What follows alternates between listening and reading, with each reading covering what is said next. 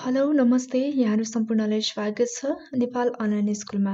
हामी नेपाल राष्ट्र ब्याङ्क सहायक द्वितीयको दोस्रो पत्रको रिटर्न एक्जामको बारेमा छलफल गरिरहेका छौँ। अहिले हामी व्यवस्थापन खण्ड अन्तर्गतका विभिन्न विषयवस्तुहरूको बारेमा पढिरहेका छौँ र आजको यो भिडियोमा हामी पढ्नेछौँ performance appraisal and reward system, यानि कि कार्य सम्पादन मूल्याङ्कन र नतिजा प्रणालीको बारेमा हामी पढ्न गइरहेका छौँ। आउनुहोस् ढिला नगरी सुरु गरौँ आजको विषयवस्तु। सुरुमा हामी पर्फर्मेन्स एप्राइजलको कन्सेप्ट हेर्दैछौँ। यहाँ मैले दुईवटा बुलेटमा चाहिँ उल्लेख गरेकी छु पर्फर्मेन्स एप्राइजल चाहिँ के हो भनेर। अब यो बारेमा बुझ्ने कोसिस गरौँ।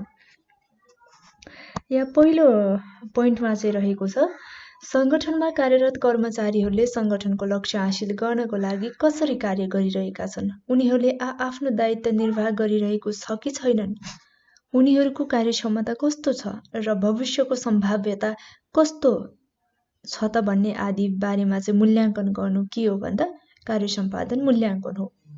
कुनै पनि संगठनमा कार्यरत कर्मचारीहरूलाई संगठनको लक्ष्य हासिल गर्नको लागि जिम्मेवारी दिएको हुन्छ। संगठनले यो काम गर्नु भनेर कुनै जिम्मेवारी दिएको हुन्छ, काम सुम्पिएको हुन्छ र उनीहरूले त्यो कामलाई कसरी गरिरहेको छ त, आफ्नो दायित्व पूरा गरेको छ कि छैन त, कार्य सम्पादन कसरी भइरहेको छ, उनीहरूको क्षमता कतिको छ भन्ने यावत कुराहरूको चाहिँ मूल्याङ्कन गर्ने गर्दछ। जुन सुम्पिएको कार्य र वास्तविक काम बीचको तुलना नै के हो भन्दा कार्य सम्पादन मूल्याङ्कन हो। र अर्को बुलेटमा यहाँ के छ भन्दा कार्य सम्पादन मूल्याङ्कन कुनै कर्मचारीको वर्तमान कार्य योग्यता तथा एक उच्च स्तरको काम सुम्पने दृष्टिले उसको सम्भाव्य योग्यता अनुमान गर्ने एक व्यवस्थित सामाजिक तथा यथासम्भव एक निष्पक्ष मूल्याङ्कन हो।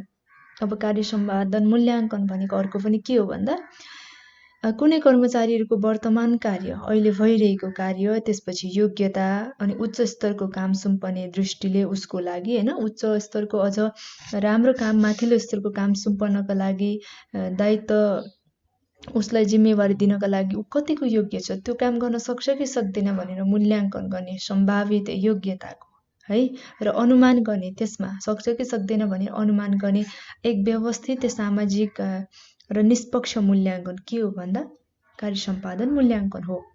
र यस अन्तर्गत चाहिँ कर्मचारीहरूको योगदान तथा सम्भाव्यताहरू मूल्याङ्कन गर्ने प्रयोग गरिने र सबै औपचारिक प्रक्रियाहरू चाहिँ समावेश हुन्छ। जुन कर्मचारीको योगदान भयो, त्यसपछि सम्भाव्यताहरू भयो, भावी दिनमा उच्च स्तरको काम सुम्पनका लागि कति योग्य छ, कति दक्ष छ, क्षमता छ कि छैन भनेर मूल्याङ्कन गर्ने जुन औपचारिक प्रक्रियाहरू चाहिँ सम्पूर्ण कार्य सम्पादन मूल्याङ्कनमा समावेश भएको हुन्छ।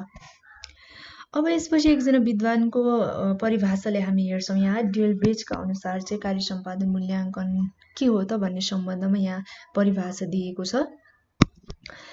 कार्य सम्पादन मूल्याङ्कन व्यक्तिहरूको व्यवस्थित मूल्याङ्कन हो जो उनीहरूद्वारा सम्पादित काम तथा उनीहरूको भाव विकासको सम्भाव्यतासँग के हुन्छ, सम्बन्धित हुन्छ। कार्य सम्पादन मूल्याङ्कन भनेको व्यक्तिहरूको व्यवस्थित मूल्याङ्कन हो। व्यक्तिहरूलाई संगठनले जुन जिम्मेवारी दिएको हुन्छ, सुम्पिएको काम, त्यसपछि वास्तविक काम उनीहरूले कस्तो रूपमा गरिरहेको छ भन्ने बीचको तुलना भयो र जो चाहिँ व्यवस्थित मूल्याङ्कन हो र उनीहरूद्वारा सम्पादित काम र उनीहरूको विकासको लागि सम्भाव्यताहरू के छन् त, उनीहरूलाई के गर्न सकिन्छ, उनीहरूले वास्तविक रूपमा कस्तो प्रकारको कार्य सम्पादन गरिरहेको छ भन्नेसँग चाहिँ के हुन्छ, कार्य सम्पादन मूल्याङ्कन सम्बन्धित हुने गर्छ भनेर डेल ब्रिजले परिभाषा दिएको छ। अब यसपछि चाहिँ के बुझ्नुपर्छ भने कर्मचारीलाई सुम्पिएको काम सम्पन्न गर्ने कार्य नै वास्तवमा के हो, कार्य सम्पादन मूल्याङ्कन हो। हामीले निष्कर्षमा बुझ्नुपर्ने कुरा भनेको जुन कार्य कर्मचारीलाई कार्य सुम्पेको हुन्छ त्यो काम सम्पन्न गर्ने कार्य वास्तवमा कार्य सम्पादन मूल्याङ्कन हो र व्यवस्थापनको एउटा महत्त्वपूर्ण कार्य हो। कार्य सम्पादन मूल्याङ्कन के हो भन्दा व्यवस्थापनको एउटा महत्त्वपूर्ण कार्य पनि हो र यसबाट कर्मचारीको क्षमता, दक्षता, सम्भाव्यतालाई चाहिँ पहिचान गर्न सकिन्छ। कार्य सम्पादन मूल्याङ्कनबाट कर्मचारीहरूको क्षमता, त्यसपछि दक्ष कतिको छ, काममा दक्ष छ कि अदक्ष छ र सम्भाव्यताहरू के छन् त भावी योजनाका लागि, संगठनको उद्देश्यहरू प्राप्त गर्नका लागि भन्ने कुराको पनि यहाँबाट पहिचान गर्न सकिन्छ। र यसबाट चाहिँ तालिम तथा विकास सञ्चालन सम्बन्धमा निर्णय लिने आधार पनि प्राप्त हुनुका साथै सरुवा, बढुवा, पुरस्कार, दण्ड आदि विषयहरूमा निर्णय लिन पनि सजिलो हुन्छ। जुन अब क्षमताहरू त थाहा पाउने नै भयो, दक्षताहरू, सम्भाव्यता र कर्मचारीको पहिचान हुने नै भयो। यसबाट चाहिँ के कुराहरू थाहा हुन सक्छन् त भन्दा के कुरामा निर्णय लिनका लागि अझ सजिलो हुन्छ भन्दा तालिम तथा विकास है। कर्मचारीहरूको कार्य सम्पादन मूल्याङ्कन गरिसकेपछि कुन प्रकारको कर्मचारीलाई कस्तो प्रकारको तालिम दिनुपर्ने हो, या त अब राम्रो कार्य सम्पादन भइरहेको छ भने त्यसलाई अझ विकास गर्ने हो कि भन्ने सम्पूर्ण कुराहरूमा चाहिँ निर्णय लिने आधार यहाँबाट प्राप्त हुन्छ। र अर्को भनेको सरुवा बढुवा पुरस्कार दण्ड आदि विषयहरूमा निर्णय लिन सजिलो हुन्छ। अब सरुवा बढुवा दण्ड पुरस्कार भन्ने बित्तिकै राम्रो कार्य सम्पादन गरिरहेको छ कर्मचारीले भने उसलाई अझ पुरस्कृत गरेर प्रोत्साहित गरेर कार्य सम्पादन मूल्याङ्कनलाई अझ प्रभावकारी र उच्च रूपले गर्न सकिन्छ। त्यसै गरी अब न्यून कार्य सम्पादन छ भने उसलाई दण्ड स्वरूप घटुवाका कुराहरू भयो। त्यसपछि उसले दण्ड हुने खालका अब न्यून कार्य सम्पादन भएको खण्डमा चाहिँ तालिमहरू पनि दिनुपर्ने हुन्छ दण्डका साथसाथै है कार्य सम्पादनमा सुधार ल्याउनको लागि। र हामीले यहाँ के पढ्यौँ भन्दा कार्य सम्पादन मूल्याङ्कन के हो र कार्य सम्पादन मूल्याङ्कनमा के कुराहरू समावेश भएको हुन्छ त, कसरी गर्न सकिन्छ त कार्य सम्पादन मूल्याङ्कन भन्ने कुराहरू चाहिँ यहाँ पढिसक्यौँ।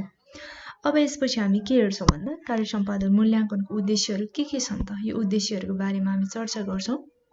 मैले यहाँ कतिवटा 5वटा बुलेटमा चाहिँ उल्लेख गरेको छु पोइन्टमा।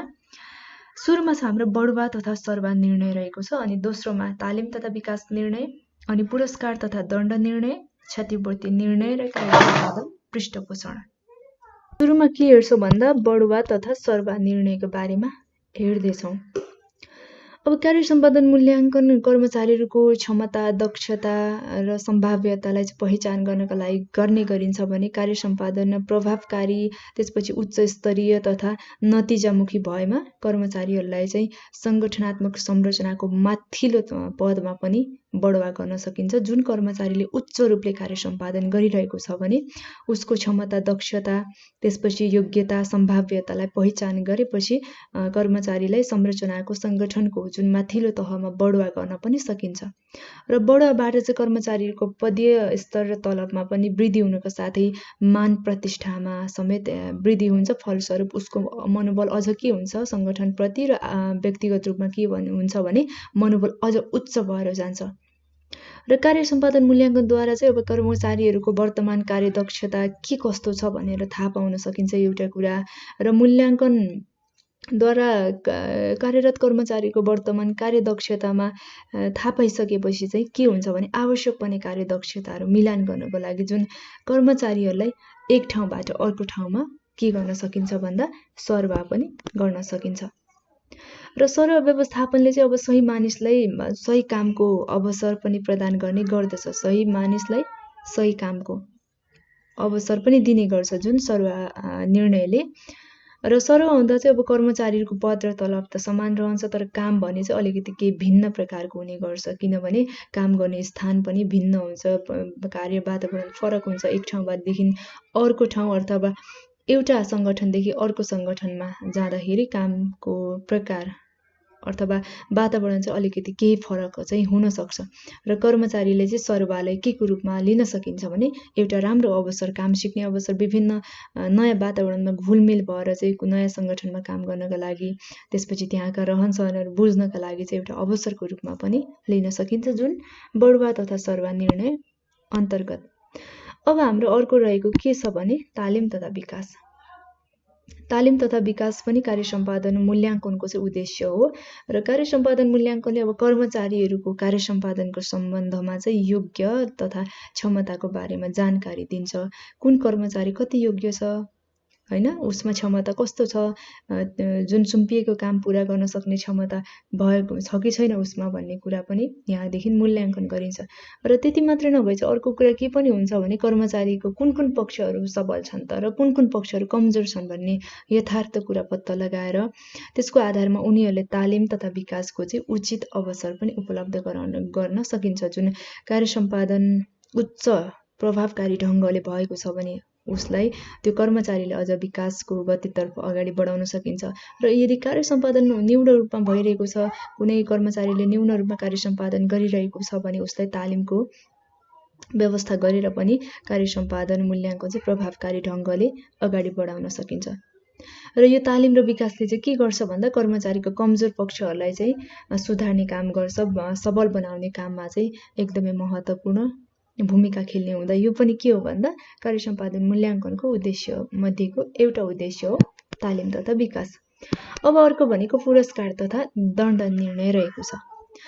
अब राम्रो काम गर्ने कर्मचारीलाई पुरस्कार अथवा उच्च कार्य सम्पादन गर्ने कर्मचारीलाई पुरस्कार प्रोत्साहन स्वरूप अनि न्यून कार्य सम्पादन गर्ने कर्मचारीलाई चाहिँ दण्ड दिने कुरा अथवा उसलाई तालिमहरू दिएर सुधारात्मक कदमहरू चाल्ने कुरा पनि जुन सङ्गठनमा चाहिँ हुने गर्दछ। र यसबाट चाहिँ अब कर्मचारीलाई सही किसिमले मूल्याङ्कन गरेर पुरस्कार र दण्डको सम्बन्धमा के गर्ने हो त, कुन कर्मचारीलाई मूल्याङ्कन गरेर चाहिँ पुरस्कार दिने हो अथवा कुनलाई चाहिँ दण्ड गर्ने हो भन्ने निर्णय चाहिँ यहाँबाट लिन सकिन्छ, जुन पुरस्कार तथा दण्ड निर्णयबाट। सङ्गठनमा उच्च रूपले राम्रो कार्य सम्पादन भइरहेको छ, कुनै कर्मचारीले एकदमै प्रभावकारी ढङ्गले कार्य सम्पादन उच्च रूपमा गरिरहेको छ भने उसलाई पुरस्कार स्वरूप अब के गर्न सकिन्छ भन्दा उत्साही, त्यसपछि मेहनती कर्मचारीलाई चाहिँ पुरस्कारको रूपमा बढुवा गर्ने, त्यसपछि उसको तलब वृद्धि गर्ने, भत्ता तथा अन्य सङ्गठनको नियमअनुसारका सुविधाहरू थप गरेर पुरस्कृत गर्न सकिन्छ, जसले गर्दा चाहिँ कर्मचारीको मनोबल उच्च हुन्छ। र अब यसको ठिक विपरीत दण्ड निर्णय चाहिँ के हुन्छ भने जो कर्मचारी काममा अल्छे छ होइन, काम पन्छाउने खालको काम गर्छ, जिम्मेवारी वहन गर्न नचाहने खालका क्रियाकलापहरू गर्छ भने चाहिँ त्यस्तो कर्मचारीलाई घटुवा गरेर त्यसपछि तलब तथा सुविधामा कटौती गरेर र त्यतिले पनि भएन भने उसलाई अब कर्मचारी कमजोर छ, कार्य सम्पादन न्यून भइरहेको छ भने सङ्गठनले तालिम पनि दिने गर्छ, जुन तालिमले चाहिँ कर्मचारीहरूलाई के गर्दछ त भन्दा कार्य सम्पादन मूल्याङ्कनलाई चाहिँ अझ प्रभावकारी ढङ्गले सम्पादन गर्नमा एकदमै महत्त्वपूर्ण भूमिका खेल्ने हुन्छ, सहयोग गर्ने हुँदा। अब यति गर्दा नि भएन भने सङ्गठनमा चाहिँ अब मात्र हेरेर त्यस्ता कर्मचारीले अब जुनै पनि कुराहरू गर्दा नि भएन भने, तालिम दिँदा नि भएन भने उसले चाहिँ क्रियाकलाप जुन सङ्गठनका कामहरूमा प्रभावकारी रूपले ध्यान दिएर काम गर्दैन भने चाहिँ त्यस्ता कर्मचारीहरूलाई हेरेर होइन, मात्र हेरेर के छन् त, कस्तो छ त, त्यो गतिविधि हेरेर कर्मचारीहरूलाई के गर्न सकिन्छ अर्को भन्दा निलम्बन तथा बर्खास्त पनि गर्न सकिन्छ, जुन दण्डको रूपमा रहेको छ। र अर्को भनेको हाम्रो के छ भन्दा क्षतिपूर्ति निर्णय रहेको छ। अब क्षतिपूर्ति निर्णयमा चाहिँ कर्मचारीहरूको योग्यता, क्षमता, सम्भाव्यताहरू पहिचान गरिसकेपछि यी कुराहरूको आधारमा उचित तलब, भत्ता तथा सुविधाहरूको निर्धारण गरिन्छ है। जुन कर्मचारीहरूको कार्य सम्पादनको मूल्याङ्कनबाट पहिचान भएका उसको योग्यता, त्यसपछि क्षमता अनि सम्भाव्यताहरू के छन् त भन्ने कुरामा सुरुमा पहिचान हुन्छ। त्यसपछि ती कुराहरूको आधारमा चाहिँ अब तलब, भत्ताहरू, सुविधाहरू के दिने हो कि नदिने हो, कति मात्रामा दिने हो भन्ने कुराको निर्णय गर्ने गर्छ यहाँबाट। र अर्को भनेको क्षतिपूर्ति अर्थात् पारिश्रमिक निर्धारण गर्ने प्रमुख आधार के हो त भन्दा कार्य सम्पादन मूल्याङ्कन हो, जुन क्षतिपूर्ति र पारिश्रमिकहरूको कुन कर्मचारीलाई कति दिने, उसको क्षमता कतिको हो त भन्ने सम्पूर्ण कुराको निर्धारण केले गर्दछ, सम्पूर्ण कुरालाई निर्धारण गर्ने आधार के हो त भन्दा कार्य सम्पादन मूल्याङ्कन हो। अब अर्को छ हाम्रो कार्य सम्पादन पृष्ठपोषण।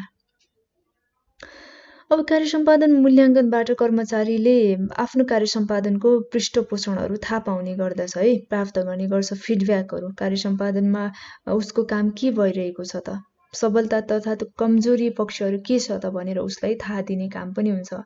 र प्रत्येक कर्मचारीलाई चाहिँ के पनि बोध हुन्छ भने म कहाँ छु, कहाँ जाने हो र त्यहाँ कसरी पुग्न सकिन्छ त, अहिले कहाँ छु, मैले जानुपर्ने कहाँ हो र त्यहाँसम्म पुग्नलाई मैले के गर्नुपर्छ भन्ने कुराको पनि जानकारी हुन्छ, जुन यो कार्य सम्पादन पृष्ठपोषणबाट चाहिँ।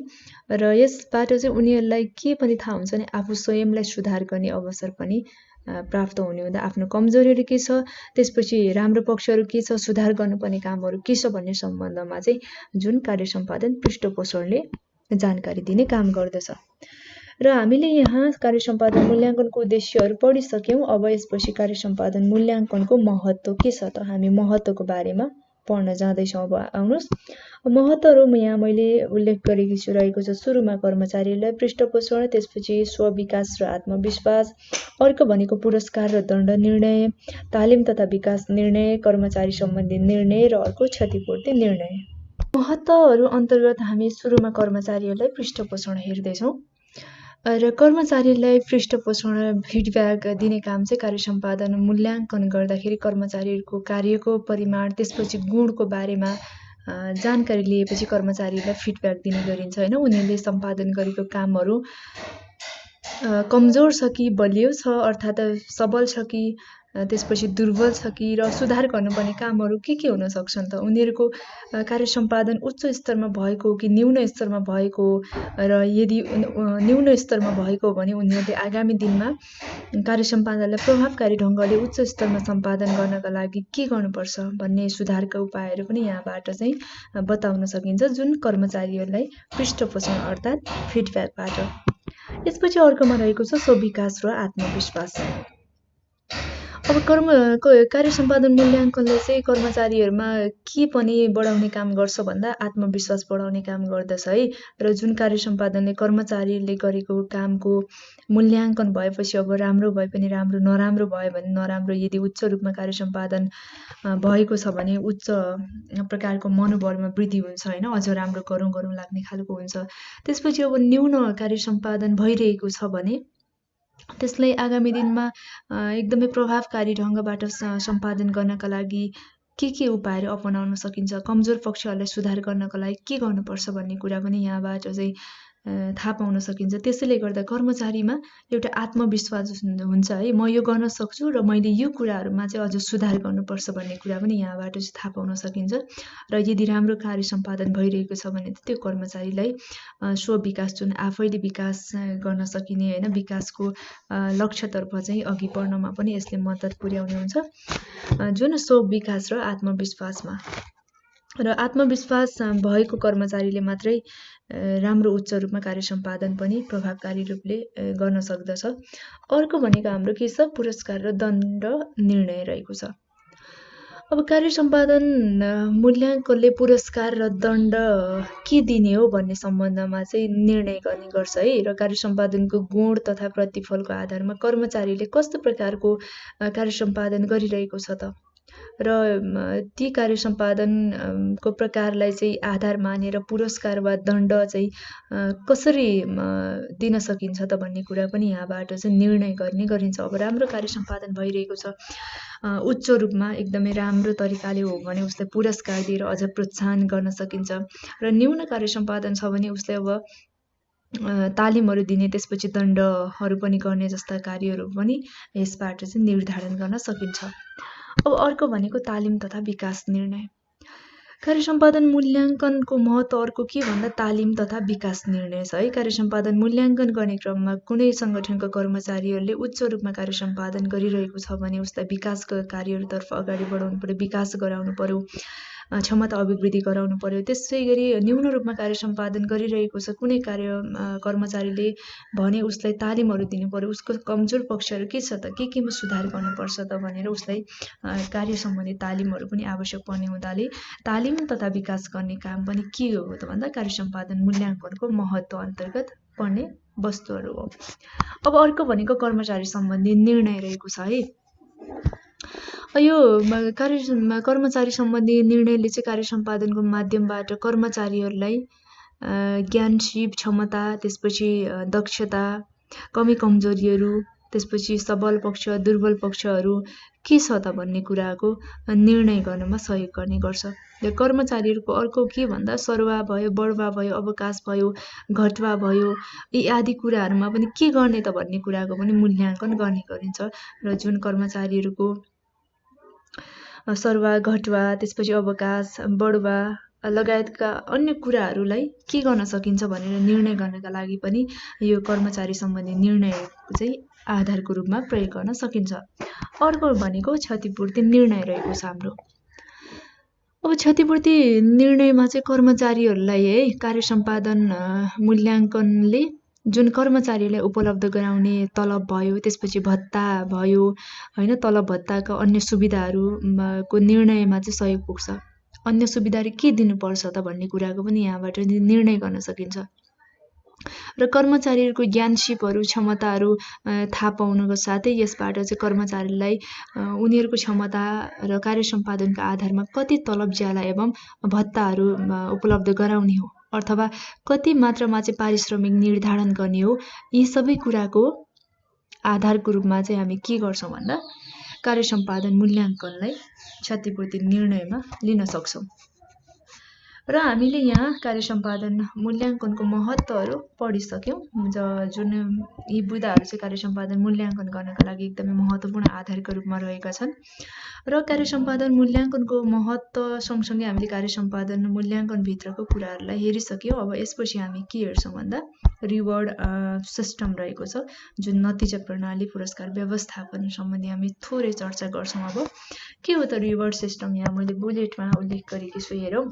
कुनै पनि सङ्गठनमा कर्मचारीले काम गरे बापत पाउने प्रतिफल वा पारिश्रमिकलाई पुरस्कार भनिन्छ है। सङ्गठनमा काम गरे बापत कर्मचारीले पाउने प्रतिफल भयो, पारिश्रमिक, यी कुरालाई चाहिँ के भन्छौँ? पुरस्कार भनेर भन्ने गर्छौँ। अब यस अन्तर्गत चाहिँ उचित तलब भयो, भत्ता भयो, त्यसपछि पदोन्नति बढुवा भयो, प्रशंसा पत्रहरू भयो, अनि काम गर्ने स्वतन्त्र वातावरण भयो होइन, र थप जिम्मेवारी भयो, त्यसपछि बिरामी बिदाहरू, निवृत्तिपूरण पेन्सन, बिमा भुक्तानी, निशुल्क आवास सुविधा, त्यसपछि कम ब्याजमा ऋण आदि कुराहरू चाहिँ निर्णय गर्ने आधार चाहिँ के हो भन्दा यी कुराहरू हुन्। र यी कुराहरू चाहिँ केमा सहभागिता हुन्छ अर्थात् केमा समावेश हुन्छ भने पुरस्कार अन्तर्गत समावेश हुन्छन्। र अर्को भनेको कुनै पनि सङ्घ सङ्गठनमा कार्य गर्न कर्मचारीहरूले उत्प्रेरित गरे, प्रोत्साहित गरे कार्य सम्पादनलाई चाहिँ प्रभावकारी बनाउने उद्देश्यले पुरस्कारको उचित ढाँचा निर्धारण प्रबन्ध गर्ने कार्यलाई के भन्छौँ? पुरस्कार व्यवस्थापन भनेर भन्ने गर्छौँ होइन। सङ्गठनमा काम गर्ने कुनै पनि कर्मचारीहरूको मनोबललाई उच्च राख्नका लागि कार्य सम्पादनलाई अझ प्रभावकारी ढङ्गले अघि बढाउनको लागि विभिन्न पुरस्कारको उचित ढाँचाहरू निर्धारण गर्ने, प्रबन्ध गर्ने, व्यवस्था गर्ने सम्पूर्ण समग्र रूप नै के हो? पुरस्कार व्यवस्थापन हो।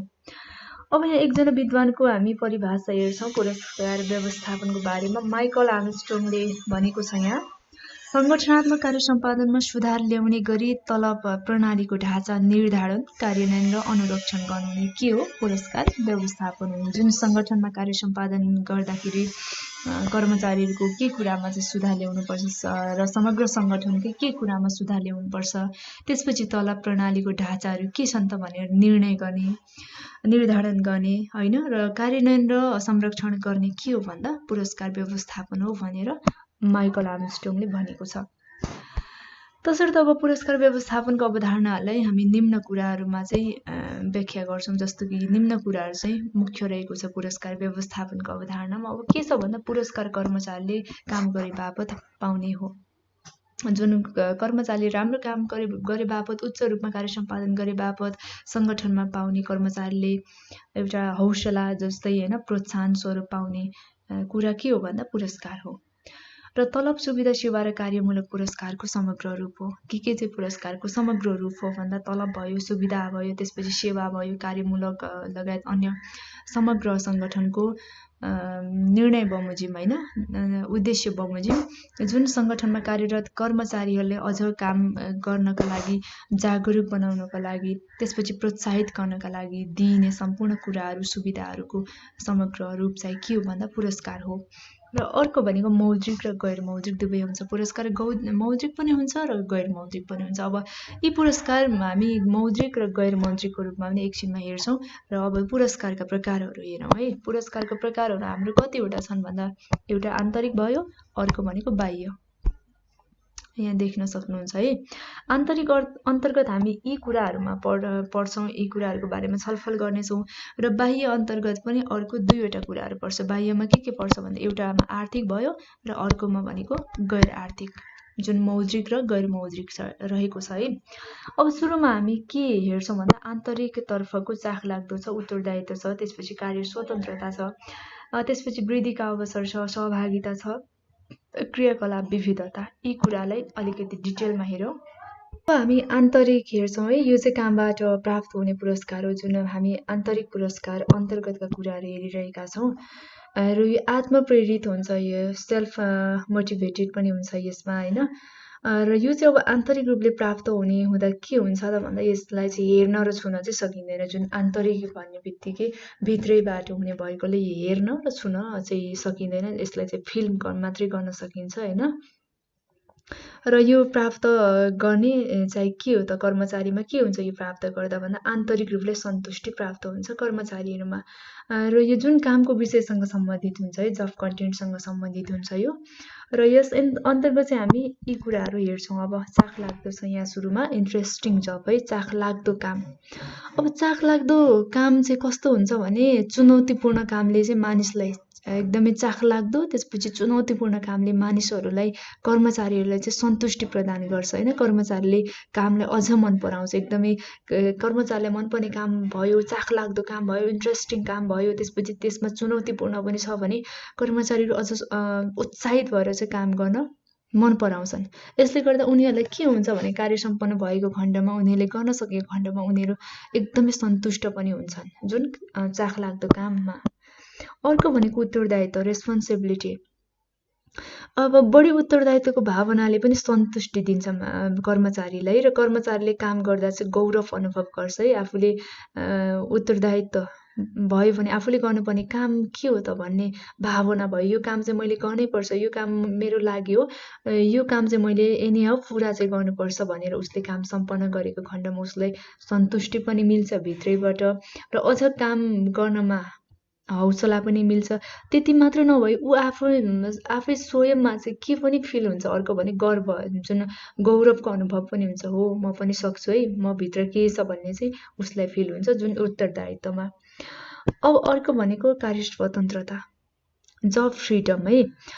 अब कुनै पनि सङ्गठनमा काम गर्नका लागि कर्मचारीले स्वतन्त्र वातावरणमा चाहिँ काम गर्न पाउनुपर्छ है। यदि कार्य स्वतन्त्रताले कर्मचारीहरूलाई चाहिँ आफ्नो जुन क्षमता अनुसार काम गर्ने वातावरणको सृजना गर्नुपर्दछ। यदि क्षमता अनुसारको काम गर्न पाइएन उनीहरूले, त्यसपछि सङ्गठनमा पनि जुन ढङ्गको स्वतन्त्र वातावरण हुनुपर्ने कर्मचारीको लागि त्यो भएन भने चाहिँ त्यसबाट कर्मचारीहरू हतोत्साहित हुने, निराश हुने, अनि उनीहरूले चाहे बमोजिमको कामहरू गर्न नसकेपछि कार्य सम्पादनमा न्यून गिरावट पनि आउने गर्छ।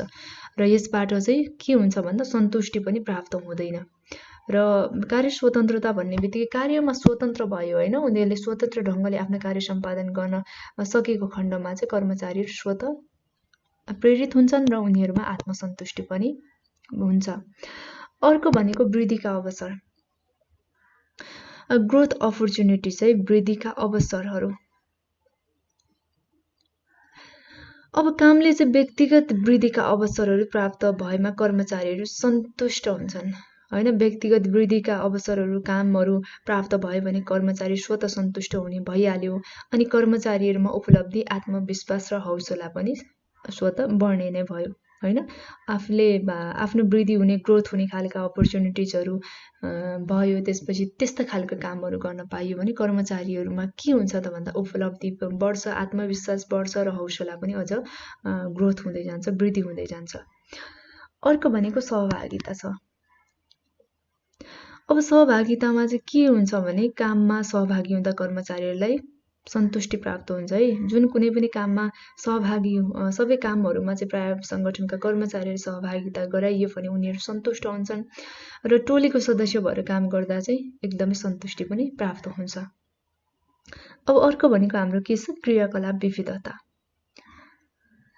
अब यसमा चाहिँ छोटो कार्य हप्ता, लचिलो काम गर्ने समय है, र घरमा बसेर काम गर्ने र काममा बाँडफाँड गर्ने बानीले कर्मचारीलाई सन्तुष्टि गर्छ।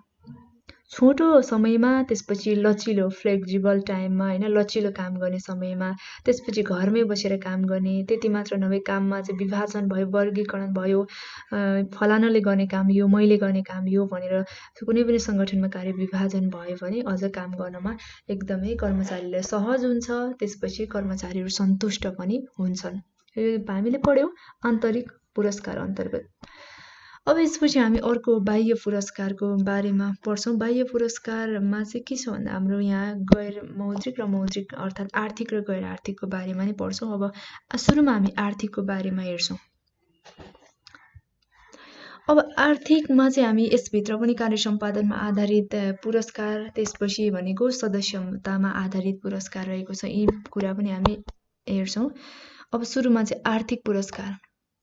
आर्थिक पुरस्कार भनेको कस्तो भन्दा हामी बाह्य पुरस्कारको रूपमा लिन्छौँ, जुन बाह्य पुरस्कार अन्तर्गत पर्दछ र यसले चाहिँ अब कर्मचारीहरूको आर्थिक हित गर्छ। आर्थिक पुरस्कार भन्ने बित्तिकै आर्थिक हितसँग सम्बन्धित भइहाल्यो होइन, र कर्मचारीको आर्थिक स्थिति राम्रो गर्ने काम गर्छ। जुन आर्थिक हित हुन्छ र कर्मचारीको आर्थिक स्थितिमा पनि यसले टेवा पुर्याउँछ र यो मुद्रासँग सम्बन्धित हुन्छ है।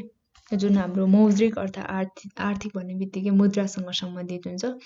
अब यसमा चाहिँ के पर्न सक्छन् त भन्दा जस्तो कि अब तलब ज्याला भयो, स्यालेरी वेजेस होइन, अनि प्रोत्साहन इन्सेन्टिभ भयो, अनि बोनस कमिसन भयो इन्सेन्टिभमा चाहिँ अब प्रोत्साहन स्वरूप। अनि अर्को सुविधाहरूमा चाहिँ अब के हुन सक्छन् त, जुन कर्मचारीले पाउने भनेको बिदाको रकमहरू भयो, उपदानहरू भयो, त्यसपछि निवृत्तिभरण बिमा भुक्तानीहरू चाहिँ यो सुविधा अन्तर्गत पर्यो।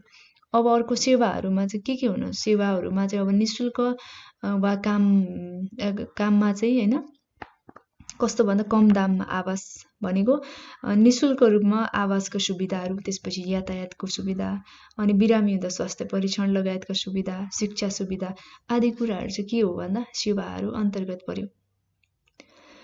र जुन हाम्रो अब आर्थिक पुरस्कारका प्रकारहरूमा चाहिँ हामी सुरुमा के हेर्छौँ भन्दा कार्य सम्पादनमा आधारित पुरस्कार हेर्छौँ।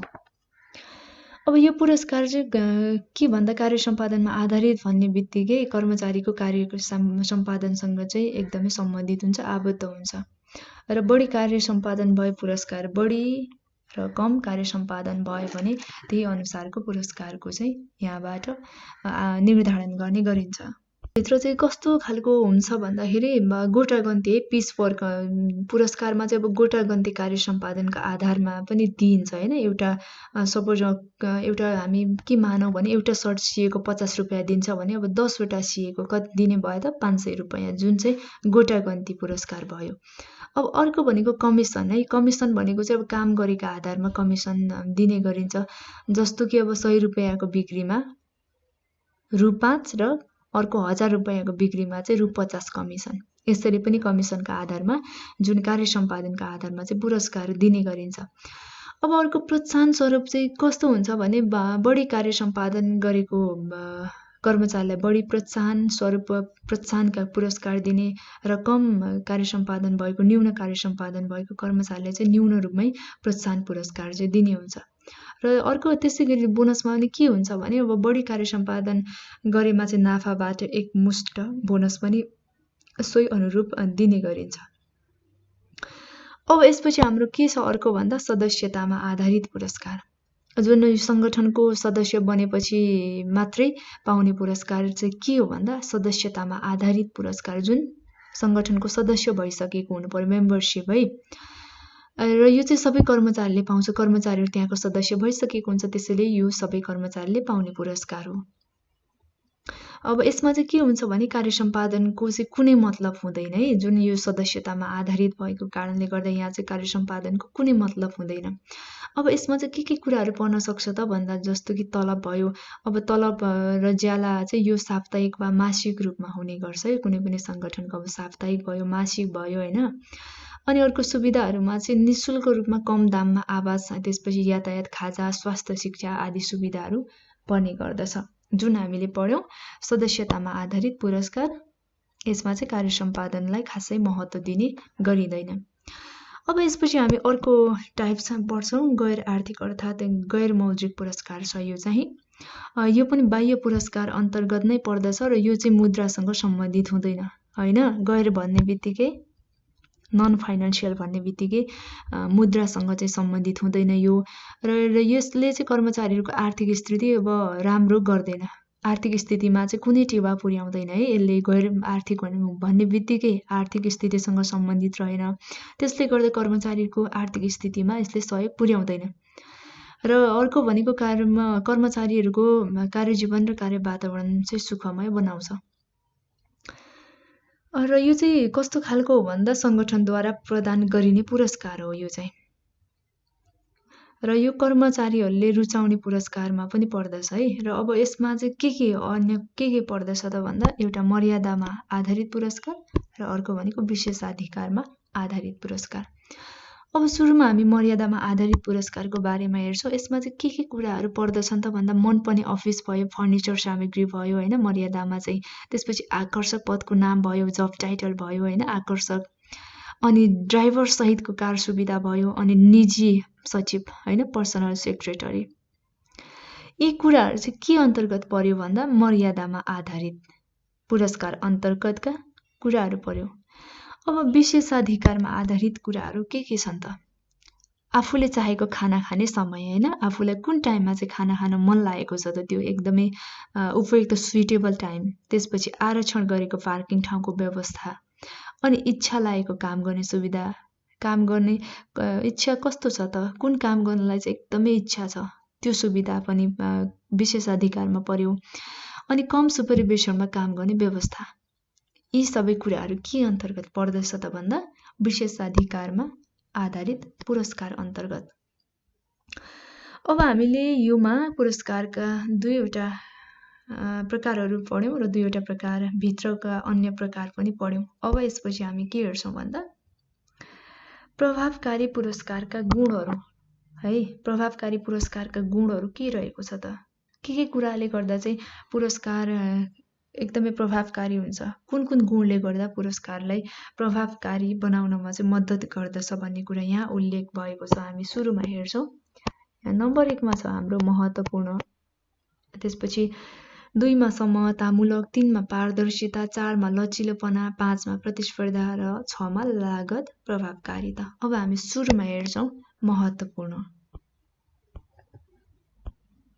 महत्त्वपूर्ण इम्पोर्टेन्ट भन्ने बित्तिकै पुरस्कार कर्मचारीको लागि एकदमै महत्त्वपूर्ण त हुन्छ नै होइन। र अब कर्मचारीहरूले त्यो पुरस्कारलाई कतिको मूल्यवान ठान्दछ त भन्ने कुरा पनि यसमा निर्भर गर्दछ है।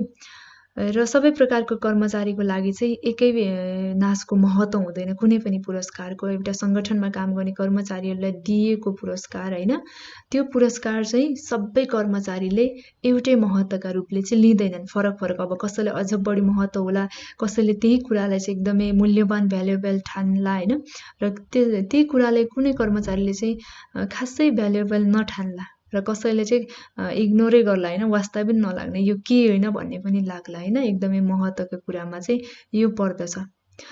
यसले चाहिँ अब के गर्दछ भन्दा व्यक्तिपरक हुने भएकोले यो पुरस्कार चाहिँ व्यक्तिको लागि जुन पुरस्कार महत्त्वपूर्ण हुन्छ त्यो पुरस्कार मात्रै प्रभावकारी हुन्छ है।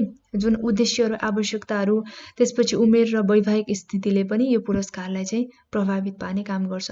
जुन व्यक्तिलाई जुन कुराको आवश्यकता छ त्यो कुरा मात्रै जो कोहीलाई पनि इम्पोर्टेन्ट लाग्छ, एकदमै महत्त्वपूर्ण लाग्छ होइन, तब मात्रै त्यसको मूल्य पनि हामीलाई थाहा हुन्छ, एकदमै मूल्यवान हुन्छ। जुन कुरा आफूलाई मन परेको छ, जुन कुरा आफूलाई आवश्यक परेको छ, त्यो कुरा चाहिँ एकदमै मूल्यवान लाग्दछ। र अब यो कुरामा चाहिँ के पनि हुन्छ भने जुन उद्देश्यहरू भयो, आवश्यकताहरू भयो, त्यसपछि उमेर वैवाहिक स्थितिले पनि पुरस्कारलाई चाहिँ के गर्छ भन्दा प्रभावित पार्ने काम गर्छ। जुन पुरस्कारको महत्त्वलाई चाहिँ फरक रूपले लिनेमा चाहिँ यसले सहयोग गर्छ। त्यसैले यी कुराहरूले चाहिँ वैवाहिक स्थितिहरू भयो होइन, अनि उमेरहरू, उद्देश्य र आवश्यकता आदि कुराले चाहिँ के गर्छ भन्दा पुरस्कारको महत्त्वलाई प्रभावित पार्ने काम पनि गर्दछ। अब अर्को हाम्रो के छ? समतामूलक, इक्विटेबल छ। अब समतामा चाहिँ के छ भन्दा यहाँ यसलाई चाहिँ 3 प्रकारमा हामी अध्ययन गर्न सक्छौँ, बुझ्न सक्छौँ। एउटा आन्तरिक समता भयो, अर्को बाह्य समता भयो, अर्को व्यक्तिगत समता। यसमा के हुन्छ भने आन्तरिक समता एउटा, आन्तरिक समता, त्यसपछि 2 मा भनेको के हुन्छ भन्दा बाह्य समता, र 3 मा भनेको व्यक्तिगत समता। अब आन्तरिक समता चाहिँ कस्तो भन्दा सङ्गठनभित्रको समता है, र उस्तै प्रकारको काम गर्नको लागि एकै प्रकारको पुरस्कार दिन्छ। यो चाहिँ के हो भन्दा आन्तरिक, जुन एउटै प्रकारको कामको लागि एकै प्रकारको पुरस्कार दिने, सबैले समान रूपले हेर्ने जुन सङ्गठनभित्रको समता हो होइन, आन्तरिक भित्रको। आन्तरिक समता भनौँ न सङ्गठनभित्रको। अब अर्को बाह्य चाहिँ कस्तो त? यो चाहिँ बाह्य भन्ने बित्तिकै यो अन्य सङ्गठनसँग तुलना गर्ने क्षमता हो है, र उस्तै काम गर्नेका लागि, उस्तै कामको लागि। यसमा चाहिँ के हुन्छ भने एउटै काम गर्नको लागि अन्य सङ्गठनसँग तुलना गर्ने क्षमता भएको कारणले अरू सङ्गठनले दिए सरहकै पुरस्कार दिने गरिन्छ जुन बाह्य क्षमतामा। अर्को भनेको व्यक्तिगत क्षमता छ हाम्रो। यसमा चाहिँ सङ्गठनमा एउटै काम गर्ने सबै कर्मचारीहरूलाई एकै प्रकारको पुरस्कार दिइन्छ। जुन सङ्गठनमा काम गर्ने कर्मचारीहरू हुन्छन् ती सबै कर्मचारीहरूलाई एकै प्रकारको पुरस्कार दिन्छ समान रूपले। कसैलाई काखा र कसैलाई पाखा नपारिकन के गर्छ भन्दा सबैले समान रूपले एकै प्रकारको पुरस्कारको व्यवस्था गर्ने गरिन्छ। जुन कुन अन्तर्गत पर्दछ भन्दा हाम्रो व्यक्तिगत क्षमता अन्तर्गत। अब यो समतामूलक भित्रका कुरा पनि हेरिसक्यौँ। अब हामी पारदर्शिता, भिजिबिलिटी रहेको छ है। अब पारदर्शिता भन्ने बित्तिकै कुनै पनि सङ्गठनमा के कुराहरूमा पारदर्शी हुनुपर्छ, पुरस्कारको सम्बन्धमा प्रभावकारी हुनुको लागि के कुराहरूमा ध्यान दिनुपर्छ, पारदर्शी रूपले हुनुपर्छ भन्ने सम्बन्धमा तलबमा पारदर्शिता हुनु पर्यो। सबै कर्मचारीले एक अर्काको तलबबारे थाहा भएको खण्डमा यसले पनि के हुन्छ भन्दा दृश्यता बढ्छ। र अर्को भनेको एकमुष्ट तलब वृद्धि पनि हुनु पर्यो। जस्तो कि महिनामा तलब वृद्धि गर्नुको साटोमा वर्षमा एकपटक गर्नुले पनि दृश्यता जुन पारदर्शिता चाहिँ बढ्छ है। र यसको एकमुष्ट रकम प्रभाव पार्ने हुन्छ। यो प्रचार प्रसारको लागि पनि राम्रो हुन्छ जुन बोनस अन्तर्गत चाहिँ। र यो चाहिँ प्रभावकारिता पुरस्कारका गुणहरू भयो जुन यसले चाहिँ कर्मचारीहरूको ध्यान पनि आकर्षित गर्ने गर्छ। अब यसपछि अर्को के छ भन्दा लचिलोपना। यो प्रभावकारी पुरस्कार लचिलो हुनुपर्छ है, लचिलो प्रकारको हुनुपर्छ। यो कार्य सम्पादनसँग आबद्ध हुनुपर्छ। यो कार्य सम्पादनसँग आबद्ध सम्बन्धित लचिलो प्रकारको हुनुपर्छ। र यो रकमको दृष्टिकोणले पनि लचिलो हुनुपर्छ। पटक पटक पुरस्कार दिनाले लचकता बढ्छ र वातावरणीय परिवर्तन अनुसार पुरस्कार पनि लचिलो हुनुपर्छ। अर्को भनेको प्रतिस्पर्धा। अब प्रतिस्पर्धा चाहिँ कस्तो हुन्छ भने बजारको अर्थात् अन्य सङ्गठनको दर रेट अनुसारको चाहिँ पुरस्कार प्रतिस्पर्धी हुनुपर्छ पुरस्कार होइन।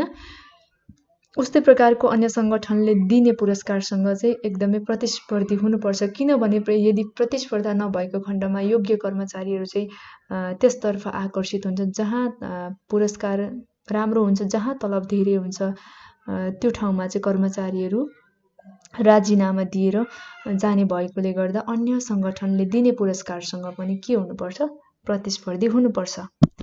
अब लागत प्रभावकारिता। पुरस्कार लागत प्रभावकारी हुनुपर्छ र सङ्गठनको तिर्ने क्षमतासँग पनि मेल खानुपर्छ। यो लागत प्रभावकारी र तिर्ने क्षमतासँग मेल खानुपर्छ सङ्गठनको र लागतभन्दा बढी लाभ हुनुपर्छ।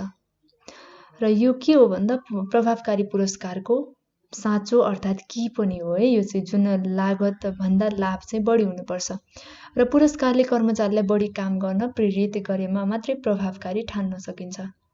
कर्मचारीलाई बढी काम गर्नमा चाहिँ उत्प्रेरित गरेमा मात्रै के हो भन्दा यो पुरस्कार चाहिँ प्रभावकारी बन्न सक्छ। तब मात्र प्रभावकारी पुरस्कारको गुणहरूमा चाहिँ लागत प्रभावकारिता पनि पर्ने गर्दछ। र हामीले प्रभावकारी पुरस्कारका गुणहरू पनि पढिसक्यौँ। अब यसपछि हामी अर्को हेर्छौँ पुरस्कार वितरणका मापदण्डहरू छन् है, क्राइटेरिया अफ रिवार्ड डिस्ट्रिब्युसन। अब यो मापदण्डहरू चाहिँ के छन् त पुरस्कार वितरण गर्दा? यहाँ 6वटा मापदण्डका पोइन्टहरू छ।